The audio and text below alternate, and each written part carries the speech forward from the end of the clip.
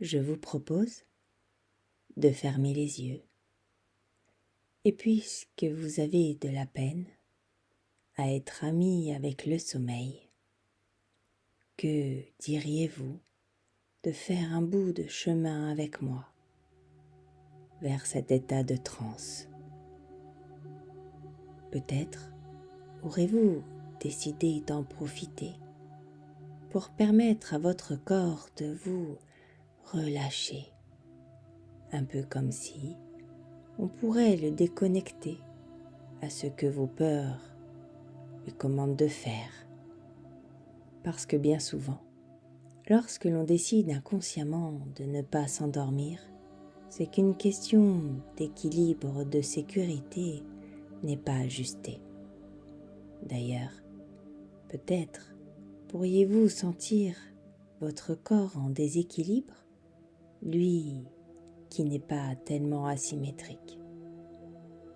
Quel côté se fait sentir plus lourd que l'autre? Ou peut-être est-ce le haut qui va vers le bas ou bien le bas qui va vers le haut?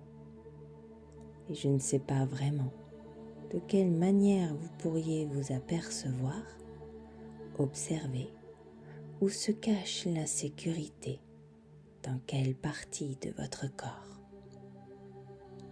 À moins qu'il ne s'agisse là d'un besoin de ne rien louper de sa vie. Vous savez, comme lorsque parfois on a un choix à faire et qu'il est difficile de se décider. On a envie de profiter des deux, alors on prend le tout. Mais du coup, on ne peut pas vraiment en profiter pleinement des deux à la fois. En prenant le tout, il devient compliqué de savourer la façon dont on voudrait bénéficier des bienfaits de ce que cela peut nous procurer. Alors que la solution pourrait être de devenir rationnel, raisonnable. Cela en ferait appel à notre mental, de façon à choisir sans avoir peur d'être passé à côté de l'autre choix, tout en se disant que cet autre choix aura aussi son moment. Et durant cette séance, votre inconscient et votre je supérieur vont pouvoir discuter ensemble et faire le nécessaire pour permettre à la balance de l'équilibre des peurs de se réajuster, de manière à pouvoir retirer d'un côté, d'ajouter de l'autre, ce qui convient à la sécurité que la vie vous apporte dans chaque moment. Et je vous invite donc à y mettre l'idée qu'il serait possible de choisir un seul côté pour mieux embarquer l'autre dans la contradiction de la complexité qu'il y a entre lâcher et contrôler. Ou serait-ce contrôler puis lâcher? Mais peu importe, ce qui est important, c'est que vous puissiez, à la fin de ce temps, ressentir le filet de sécurité que la vie vous apporte en vous recouvrant de cette chaleur bienveillante que l'on ressent non pas avec la tête, mais avec le corps. D'ailleurs, cela me rappelle l'histoire de Tanguy, qui était si bien chez ses parents. Vous connaissez certainement. Dans la vraie histoire, dans son enfance, Tanguy a disparu un temps. Il était si petit qu'un après-midi de pluie, il s'était, sans le vouloir, enfoncé dans le moelleux du canapé alors qu'il regardait la télé. Ses parents l'avaient beaucoup cherché. Lui se marrait de cette situation.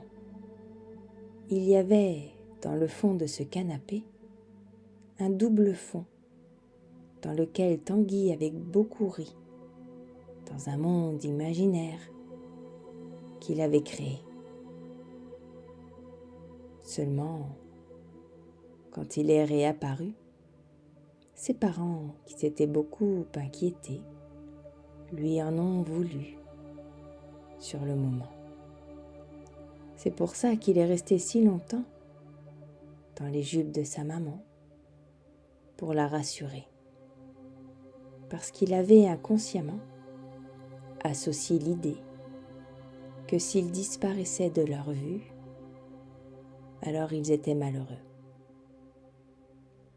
Alors je me disais que votre inconscient pourrait lui aussi supprimer aujourd'hui l'association qu'il a fait du sommeil et s'autoriser à vous préoccuper de vous. Bien dormir, c'est un beau cadeau que l'on se fait à soi. Il peut dès à présent choisir sommeil égale joie, sommeil égale bien-être, sommeil égale sécurité. Et pour continuer dans la frise du temps, du moment présent, laissez-moi vous parler de l'histoire d'une armoire, d'une belle armoire avec des moulures à l'ancienne. Les propriétaires l'avaient fièrement posée dans la salle à manger. Elle renfermait entre ses deux portes la vaisselle pour les jours du quotidien et la plus belle pour les jours de fête. Mais elle détenait aussi dans un tiroir tous les papiers administratifs du foyer, parce que la table en face d'elle faisait office de bureau. Et elle vécut là de belles années. Elle a pu participer à tous les repas de famille, de fêtes, mais aussi des disputes, des règlements de compte autour de cette table, des séparations aussi parfois. Elle a vécu longtemps dans cette famille-là. Et puis un jour, les propriétaires ont décidé de refaire la décoration et de se séparer du joyau qu'elle était. Parce que oui, peu importe comment l'extérieur pouvait la percevoir, elle était un joyau. Plusieurs personnes sur cette terre auraient pu vous le confirmer. Elle finit donc dans une brocante où elle avait été malmenée. Elle en perdit sa couleur, mais elle avait toujours ses portes, ses tiroirs, sa grandeur et tout le reste. Dans cette brocante, un jeune couple viendra l'acheter et des familles, elle en visitera plusieurs. On la mettra dans un coin d'une pièce, d'autres fois au devant. On la repeindra aussi, on la poncera pour retirer les couleurs du passé et lui redonner un coup de jeune, de vivacité. Et tout ça pour vous dire que peu importe le temps que nous passons à utiliser notre crédit de vie, peu importe la manière, peu importe les événements qui peuvent se réaliser, ce qui permet de continuer, c'est de savoir que rien n'est figé et que ce n'est pas parce que l'on aura un jour vécu avec difficulté un événement que nous le revivrons systématiquement. Un peu comme cette armoire, nous vivrons des moments joyeux, d'autres moins. Le tout, c'est de pouvoir suffisamment avoir de confiance en soi pour savoir que nous saurons les gérer, peu importe la souffrance apportée, pour ainsi mieux la laisser repartir. L'événement lié à votre sommeil va pouvoir extérioriser les émotions coincées et la partie de vous blessée va commencer à pouvoir se régénérer. Et ça me fait penser justement à la cloche de verre dans l'histoire de la Belle et la Bête. Vous savez, celle qui renferme une rose. Tant que cette rose est intacte, sous cette cloche de verre, tant qu'elle est belle et fraîche, alors la vie de celui qui la détient sera rassurée sur sa date de fin. Et sans s'en rendre compte, combien de personnes sur Terre veulent maintenir sous cloche une vie paisible, parfaite au premier abord, de peur de voir une fin en soi leur retirer ce qui est beau sur l'instant. Emma, elle, ne se rendait pas compte, mais c'était précisément de cette manière-là qu'elle vivait. Elle avait réussi à décrocher son diplôme d'esthéticienne et s'était installée en campagne. Elle avait mis un peu de temps avant d'arriver à se faire sa clientèle. Dans les campagnes, souvent, les gens ont besoin de temps pour savoir apprivoiser l'inconnu de la ville. Cette femme avait la foi, comme on dit, et avait su rester patiente avant de voir son agenda se remplir, se noircir de rendez-vous. Cette vague de succès était arrivée du jour au lendemain, et plutôt que de se réjouir de sa réussite, Emma n'avait de cesse à faire fonctionner les rouages de la crainte. La crainte que cela cesse du jour au lendemain, la crainte que cela disparaisse. En fait, elle avait tellement peur de perdre cet épisode de vie relativement plaisant qu'elle avait préféré ne pas s'en accommoder pour éviter d'être déçue quand cela s'arrêterait. En faisant fonctionner ses peurs, elle ne pouvait de la sorte pas profiter de chaque instant, ce qui l'éloigna du bonheur de l'instant présent. Elle pensait au fond d'elle que si elle s'en réjouissait, on allait lui retirer aussitôt. Vous savez, cette phrase qui dit « ne te réjouis pas trop vite ». Alors, c'est par anticipation de bonheur qu'elle s'interdit de laisser la magie opérer. Elle était un peu comme la bête et sa rose, voyez-vous. Lui avait eu si peur que la rose disparaisse, mais à la fois ne profitait pas de sa vie sous cet angle-là. Alors vous allez me demander comment Emma a su sortir de ses tracas. En fait, le secret, c'est que plus la rose est regardée, plus l'on perd de temps à jouer. C'est en regardant ce dessin animé qu'Emma a eu comme un électrochoc. Ses programmes internes se sont transformés en un instant. Elle décida de ne plus rien anticiper pour laisser plus de temps à la création de chaque moment et développer le talent de l'impro, de la découverte. Elle rangea son agenda au placard et ouvrit ses portes aux 100 rendez-vous. Elle ne voulait plus de rendez-vous avec le futur. Elle voulait avoir chaque jour rendez-vous avec le présent. Et vous, que diriez-vous d'ouvrir la porte au sommeil et de ranger au placard les peurs irraisonnées qui vous empêchent de profiter d'un repos réparateur, essentiel pour la santé? Et saviez-vous que pour beaucoup, conduire était une forme de liberté?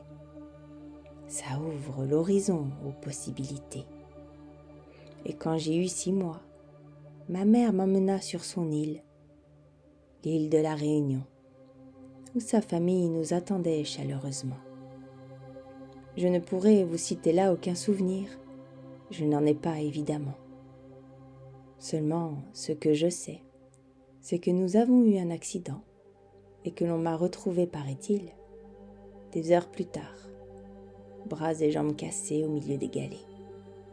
Ma mère aurait pu, par la suite de cet accident, décider de ne plus conduire par peur de ne pas contrôler de nouveau, par peur de se faire du mal ou en faire aux autres, par faute d'une conduite considérée comme pas assez confiante peut-être.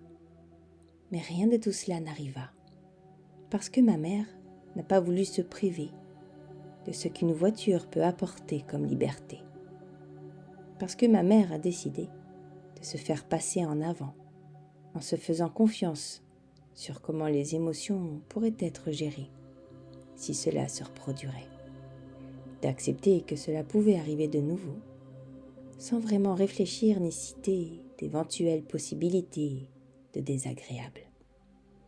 Ma mère avait décidé de vivre sa liberté, de vivre sa vie sans mettre de barrières, et d'avancer sur cet horizon de champs de possibles où tout existe. Et je me demandais, qu'arriverait-il si vous vous sépariez le temps d'un instant des réalités du passé, ou même celles du présent, et que vous pourriez vous imaginer au volant d'une voiture vers un horizon calme et plat.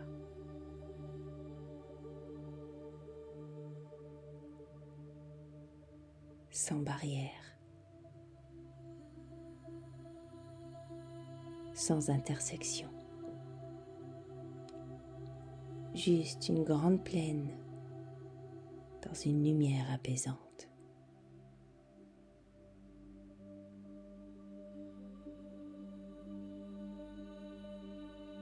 Voilà le champ des possibles que vous offrent vos pensées. Voilà à quoi pourrait ressembler le calme intérieur qui vous permettrait de gérer le trop d'émotions pour vous laisser en paix. Parce que ce n'est pas l'extérieur qui vous libérera et vous apportera une paix intérieure. C'est de l'intérieur que la paix doit se faire pour pouvoir s'appliquer aux événements extérieurs.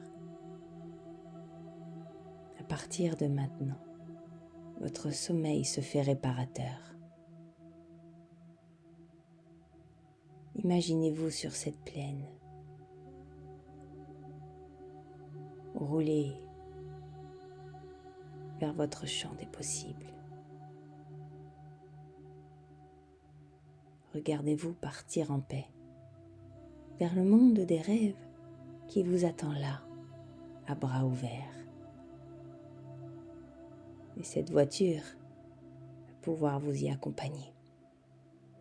Et plutôt que de vous demander de revenir, cette fois-ci je vais vous suggérer l'idée. Et si là maintenant, vous vous endormiez ?